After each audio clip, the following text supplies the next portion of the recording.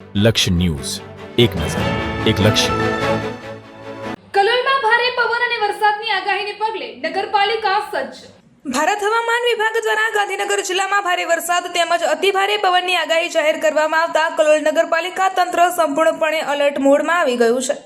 સંભવિત જોખમને ધ્યાનમાં રાખીને નગરપાલિકા દ્વારા શહેરના વિવિધ વિસ્તારોમાં જાહેર માર્ગો પર આવેલા ભયજનક હોર્ડિંગ્સ, ઢીલા બેનરો અને અકસ્માત સર્જી શકે તેવી સામગ્રી દૂર કરવાની કામગીરી હાથ ધરવામાં આવી છે.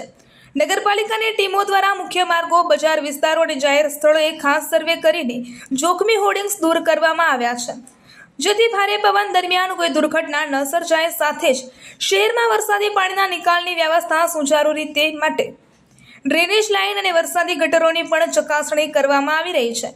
તો બીજી તરફ કલોલ ફાયર બ્રિગેડ વિભાગને પણ હાઈ એલર્ટ પર રાખવામાં આવ્યો છે. ફાયર બ્રિગેડની રેસ્ક્યુ ટીમો બોટ, કટર મશીન, દોરડા, લાઈફ જેકેટ સહિતના જરૂરી બચાવ સાધનો તૈયાર રાખવામાં આવ્યા છે, જેથી કોઈ પણ આપાતકાલીન પરિસ્થિતિમાં તાત્કાલિક કામગીરી કરી શકાય.